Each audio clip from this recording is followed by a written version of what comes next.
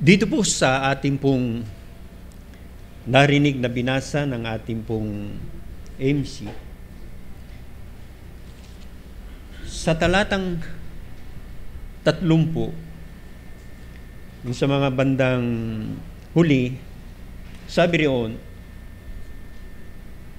marami ang sumampalataya sa Kanya. Sa talatang 31, pagkatapos ay sinabi ni Jesus sa mga sumampalataya sa Kanya. Kanino sila sumampalataya? Kay Jesus. Ito ang ating topic natin ngayon. Si Jesus ang sampalatayanan. May 3 puntos.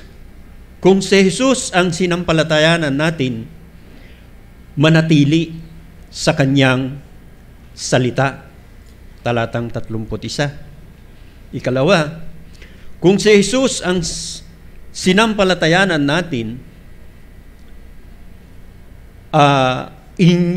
inyong malalaman ang katotohanan, talatang 32.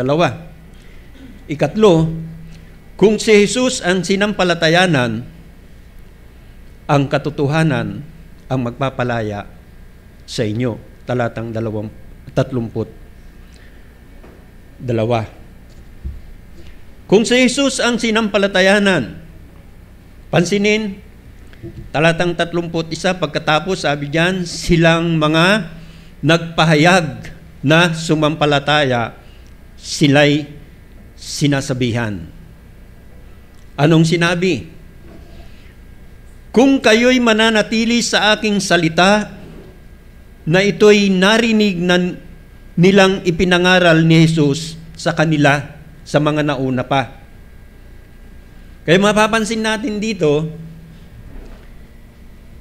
hindi nauna ang sumampalataya, kundi una, narinig nila ang salita ng Panginoon bago sila sumampalataya. At hindi rin nauna na tinawag silang alagad, na alagad muna bago sumampalataya. Hindi po ganon, kundi sumampalataya muna bago sila tinawag na kayo'y maging alagad ko. So ang manatili sa Kanyang salita, kung si Jesus ang sinampalatayanan natin, ay nagpapahalaga sa Kanyang salita o sinabi na nahayag dito sa Biblia na madalas na ipinangangaral ng mga pastor, mga lingkod, at maging sa mga Kristiyano, mga mananampalataya. May pagpapahalaga na makinig sa salita ng Panginoong Hesus. Isang panganib sa panahon nating ito, na karamihan,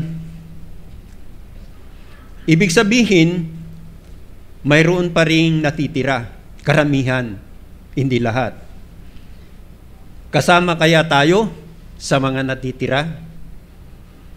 Sa panahong ito, ang pangunahing pinag-uukulan ng pansin ng karamihan o pinapahalagahan kung ano ang sinasabi o sasabihin o message na galing sa mga gadget.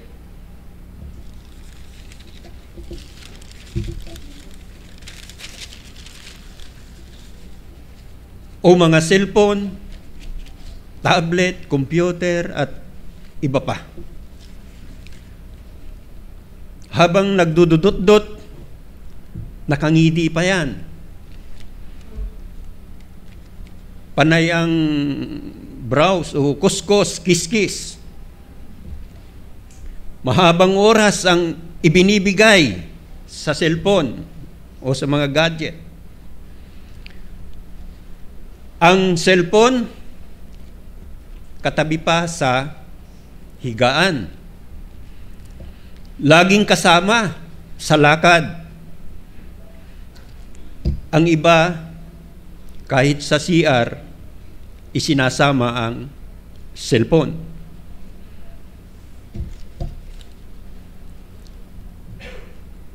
Mabuti pa ang cellphone. Hindi naman ako nagsisilos. Nakapanood ako ng isang kwento, bumabagyo, malakas ang ulan, malakas ang hangin, hating gabi, kasarapan ng tulog, ginigising ng asawa, hindi magising-gising. Pero nung nag-ring ang cellphone, biglang nagising. Minsan, pinananabikan natin ang message ng cellphone, pero ang message ng Panginoong Hesus, aminin natin o hindi, hindi ganito marahil ang pagtrato natin sa sinabi o salita ni Jesucristo.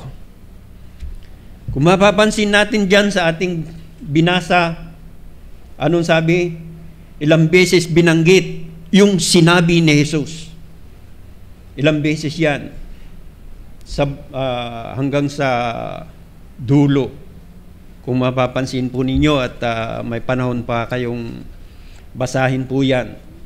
Maging doon sa mga hindi mananampalataya, sinabi ni Jesus sa kanila. Kung si Jesus ang sinampalatayanan natin, so katwiran natin madalas nabuhay na, kumbaga sa parte na ng buhay natin ang gadget. Kasi laging kailangan. Saan man, sa pag-aaral, sa trabaho, o sa mga komunikasyon, laging kasama ang budget. Ang gadget. Paano si Jesus? Kung si Jesus ang sinasampalatayanan natin, huwag namang sanang may kaagaw ang Diyos sa buhay pananampalataya. Tandaan, ang Diyos ay mapanibuguin. Maraming sinabi yan. Deuteronomy 5:9, verse 15, verse 24, Exodus 20, verse 9, sinabi na ang Diyos ay mapanibuguin.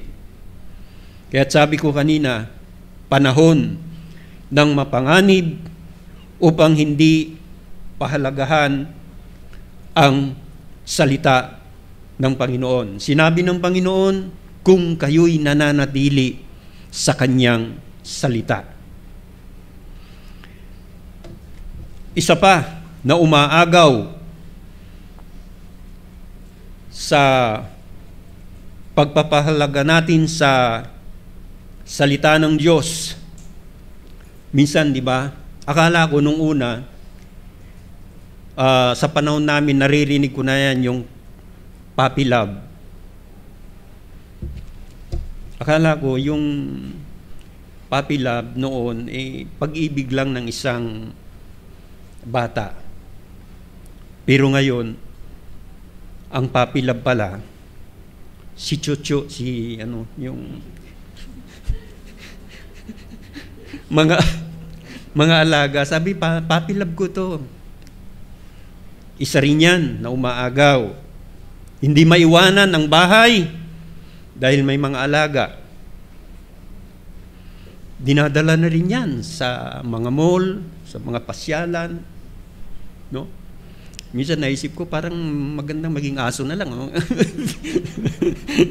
Kasi naka-aircon pa yan. Yung iba, naka-aircon pa. At napakamahal pala ang sa medical yan, sa mga doktor. No? So yan po ang isa sa mapanganib no umaagaw sa salita ng Diyos. At minsan din, sa mga problema o pagsubok na dinadaanan, nasasagabalan, nahadlangan tayo na makinig ng kanyang salita. Napakalinaw ang sinabi ng Panginoon dito. Kung kayo'y mananatili sa aking salita, tunay ngang kayo'y mga alagad ko. Huwag naman nawa na maging kaagaw sa buhay pananampalataya ang mga bagay na nabanggit. Tandaan, sabi ko nga kanina, ang Diyos ay mapanibughuin. Kung si Jesus ang sinasampalatayanan natin, church, kalipunan ng mananampalataya, mayroong hinahanap ang Panginoon sa church. Ano ito? Daling ko po kayo sa aklat po ng Pahayag, Kabanata 2, talatang 3 hanggang 7. Talatang 3, sabi niya, alam ko ring ikaw ay may pagtitiis at nagsisikap ka dahil sa aking pangalan at hindi ka napagod. Talatang 4, ngunit ito ang hindi ko gusto laban sa iyo. Iniwan mo ang iyong unang pag-ibig. First love sa Panginoon. Bumalik tayo sa unang pag-ibig sa Panginoon. Alam po ninyo, ang sabi niya, iniwan mo ang iyong unang pag-ibig. Nung una, talagang makikita yung committed tayo, no? Sa gawain ng Panginoon, sa church. Pero tumatagal, hindi na committed, kundi committed na. Makitid na. Umigsi na. Maliit na yung ating commitment. Sabi rito, iniwan mo ang iyong unang pag-ibig. Ibig sabihin, hindi na nagagampanan ang mga dating ginagawa. Yung commitment sa church, naiwanan na. Mga means of grace, gaya ng pagdalo sa pananambahan, paglilingkod sa kapatiran, lalo na ang prayer meeting, sama-samang panalalangin, pang hapon. So makikita po natin na ang kanyang hamon sa talatang 5, kung mapapansin po ninyo, Pahayag, Kabanata 2, talatang 5, ang sabi, kaya't alalahanin mo kung saan ka nahulog. Magsisi ka at gawin mo ang mga bagay na ginawa mo nung una. Kung hindi, darating ako sa iyo at aalisin ko ang iyong ilawan mula sa kinalalagyan nito, malibang magsisi ka. Ito ang isang bagay na hamon sa church na tayo ay muli, sabi niyan, alalahanin kung saan tayo nahulog, nagkukulang. So ang sabi diyan, pagsisihan, magsisi po tayo.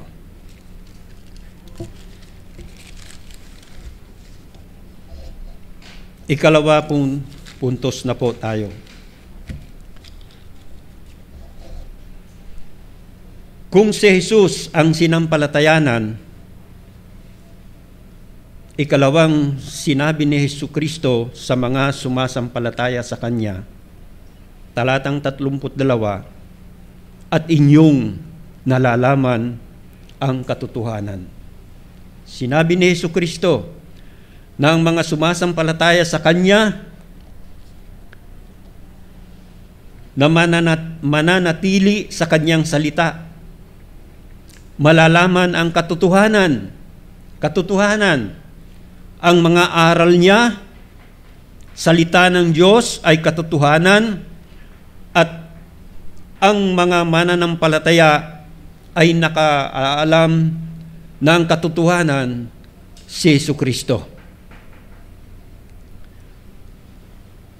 Ang katotohanan, sabi niya, ako ang daan at ang katotohanan at ang buhay. John chapter 14, talatang 6. Mapapansin po natin yung halaga ng pananatili sa Kanyang salita. Hindi mo malalaman ang katotohanan kung hindi dahil sa Kanyang mga salita. Dito natin makikita yung halaga ng tayo po ay nananatili sa Kanyang salita.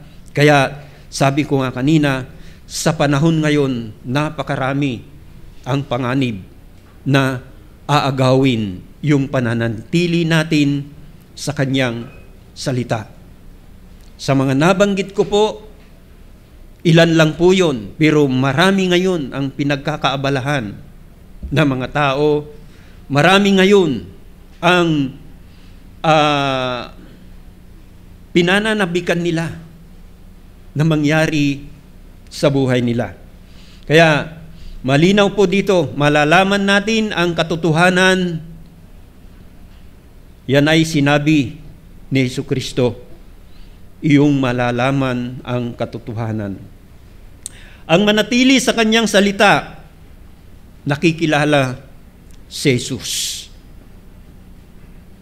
Maunawaan ang Kanyang salita. Hindi ito isang atin lang, hindi ito yung isang basa lang sa Kanyang salita, hindi ito yung narinig mo lang minsan, yung pangangaral ng Kanyang salita ay okay na, tapos na. Hindi po. Patuloy po na tayo po ay manatili sa Kanyang salita. Ibig sabihin, hindi po ito yung katulad ng mananatiling lang ako sa Panginoon, sa Kanyang salita, kung maayos o hayahay ang buhay. Hindi po ganon. Dumaan man tayo sa mga pagsubok, problema, o ano pa mang senaryo, laging manatili tayo sa Kanyang salita dahil doon natin malalaman ang katotohanan. Higit pa siyang makilala natin, at yan din ang sinabi ni Apostol Pablo, na higit pa niyang makilala si Jesucristo. Ang tanong, nalaman na ba natin ang katotohanan? Ang kasagutan niyan, kung tayo'y, sabi niyan, kung kayo'y nananatili sa Kanyang salita.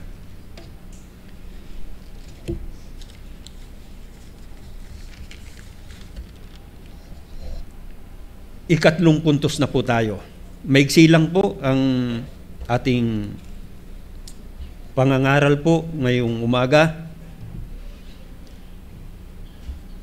Kung si Jesus ang sinampalatayanan, ikatlong sinabi ni Jesucristo sa mga sumasampalataya sa Kanya, talatang 32, at ang katotohanan ang magpapalaya sa inyo. Malinaw po, hindi tayo ang magpapalaya sa ating sarili, hindi po, kundi siya mismo ang katotohanan, ang magpapalaya, si Jesucristo ang magpapalaya. So, ang mga sumasampalataya kay Jesucristo, nananatili sa kanyang turo, no? Palalayain sila mula sa gapos ng kabulagan at kasalanan. Ang sinasalita ni Jesucristo ay tungkol sa espiritual na pagkaalipin. Pagkaalipin sa kasalanan, sinugo siya ng Diyos sa sanlibutan upang ipahayag sa mga bihag na sila'y lalaya. Lucas, Kabanata 4, talatang 18. Sinabi po yan sa aklat po ng Lucas. Kung inyo pong nakita, Lucas 4:18, sabi niya, ang Espiritu ng Panginoon ay nasa akin sapagkat ako'y hinirang niya upang ipangaral ang magandang balita sa mga dukha. Ako'y sinugo niya upang ipahayag ang paglaya sa mga bihag at ang muling pagkakaroon ng paningin sa mga bulag upang palayain ang mga naapi. Ang mga hindi sumasampalataya ay naniniwala na sila ay malaya. Subalit sila ay alipin ng kasalanan. Kaya't kung mapapansin natin, yung mga hindi sumasampalataya, akala nila malaya sila. Kaya ang sagot ng mga tao sa sinabi ng Panginoon Jesucristo, kung nandyan kayo sa aklat ng Juan, Kabanata 8, talatang 30, anong sagot nila? Sumagot sila sa kanya, kami mula sa binhi ni Abraham at kailanmay hindi pa naging alipin ang sinuman. Bakit mo sinasabing kayo'y magiging malaya? Pansinin po ninyo, yung mga hindi sumasampalataya, akala nila tama na yung kanilang tayo sa harapan ng Panginoon. Saan sila nakatingin? Nakatingin sila sa lahi, sa mga pinanggalingan ng mga ninuno. Nakatingin sila doon. Hindi sila nakatingin kay Jesucristo na siyang nagtuturo sa kanila. At dito makikita natin, sinabi ni Jesucristo sa kanila, kaya't kung kayo'y palayain ng anak, kayo'y magiging tunay na malaya. Yan ay sinabi sa talatang 34. Anong sabi? Sabi niya, sinagot sila ni Jesus, katotohanan ng sinasabi ko sa inyo, ang bawat nagkakasala ay alipin ng kasalanan.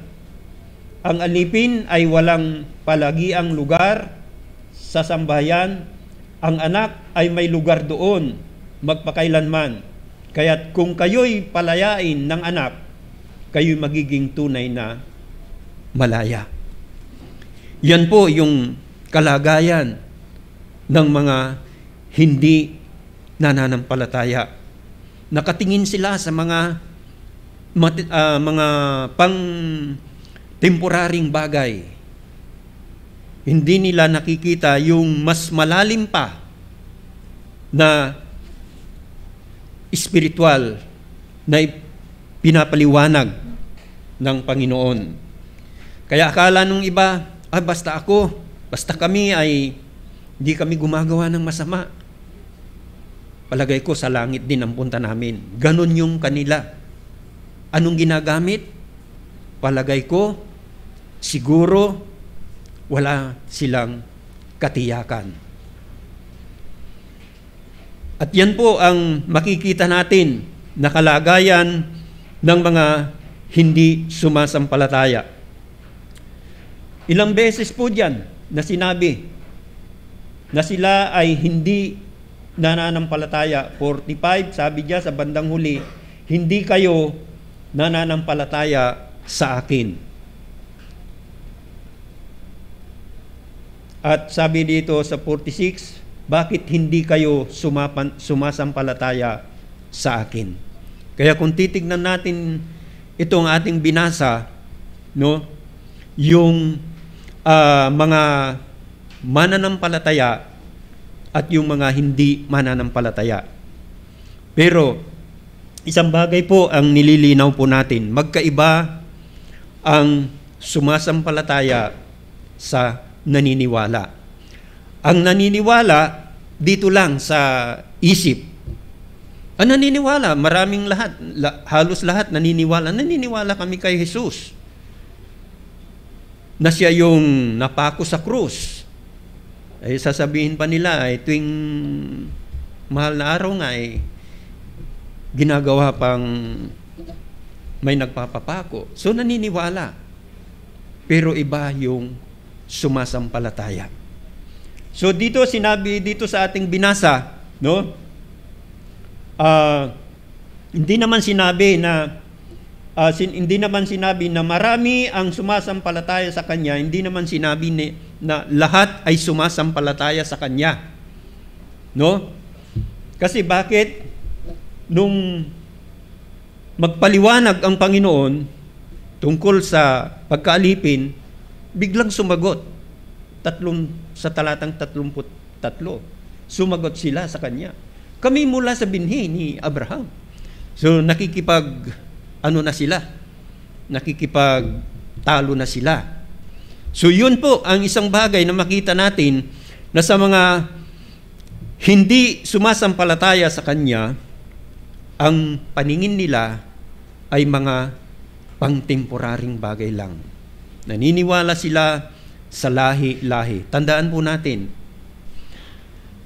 ang kaligtasan ay hindi po yung kasi si mama, si papa ay miyembro na ng church. Mananampalataya na. Kaya sila ay ligtas, kami rin ng mga anak, kami rin ng mga pamilya, kami rin ng mga ay ligtas din. Hindi ganun po ang kaligtasan. Kaya itinutuwid, ipinapakita dito ng Panginoon na sila pa rin ay alipin ng kasalanan at hindi po sila malaya.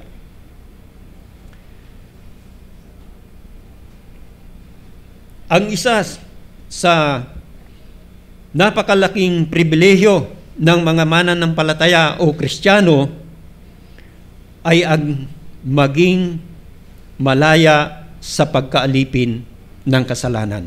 Ulitin ko po uli.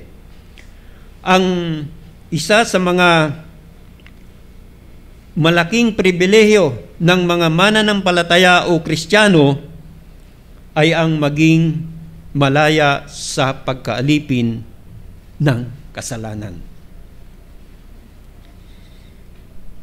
Bagamat hindi siya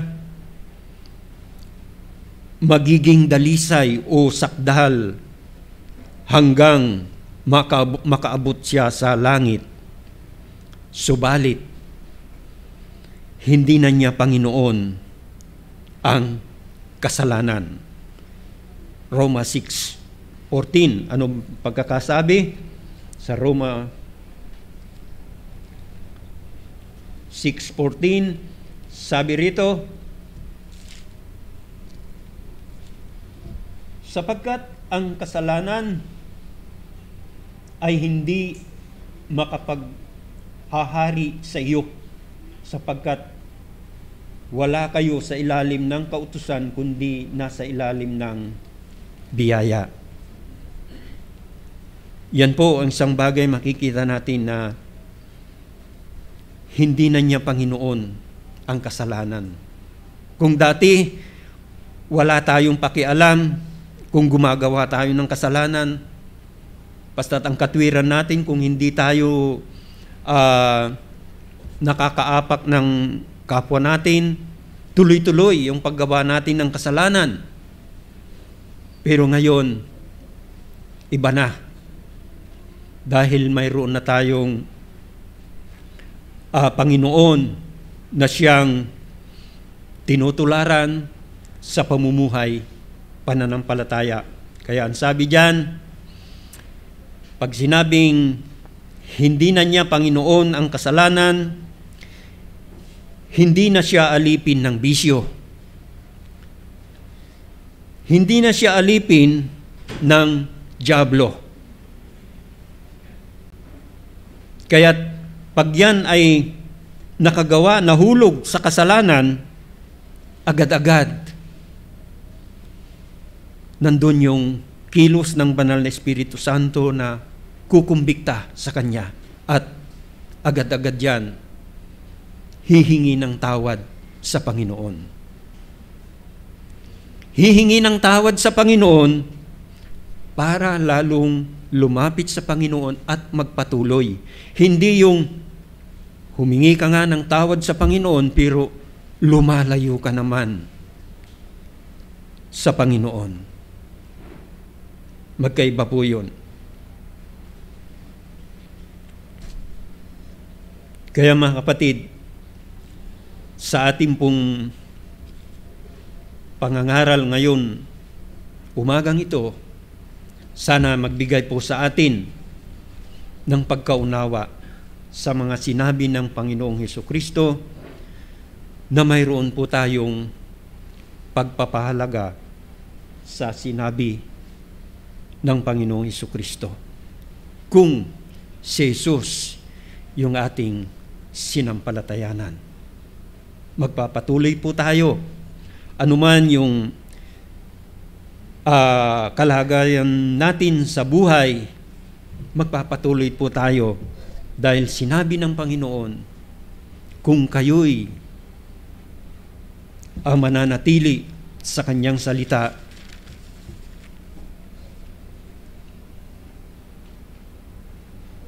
sinabi po niya na tayo'y, sabi niyan, kung kayo'y mananatili sa kanyang mga salita, tunay ngang kayo'y mga alagad ko. Nakita po natin ang mga sinabihan tayong mga sumampalataya at sa mga sasampalataya pa. Kaya't mga kapatid, patuloy po ng mensahe pong ito, nawa o Diyos ay patuloy pong mangusap sa puso ng bawat isa sa atin.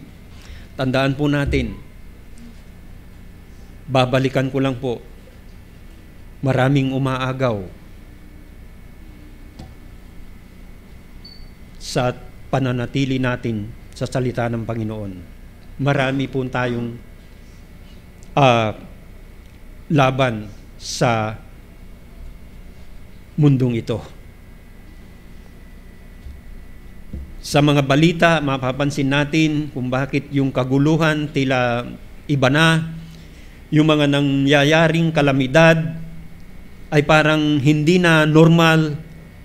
Kaya isa pong pangungusap ng Panginoon sa atin, manatili tayo sa kanyang salita at malalaman mo ang katotohanan at katotohanan ng magpapalaya sa atin. Tayo po ay manalangin. O manaming Diyos na makapangyarihan sa lahat, alam namin, Panginoon, na kayo po ang nagsalita, kayo po ang nagsabi, kayo po ang nangusap sa mga sumampalataya sa inyo. No kung kami ay mananatili sa inyong salita, tunay ngang kami mga alagad mo. Nawa o Diyos, hindi lamang po namin narinig dito sa loob ng building na ito ang mga salita mo na pagkatapos paglabas namin ay hindi na po namin bibigyan ng pahalaga, kundi iba na ang aming pong pahalagahan. Tulungan mo kami, Panginoon, sa sarili po namin, hindi po namin kaya. Kailangan ka namin, Panginoon, sa pagharap sa mundong ito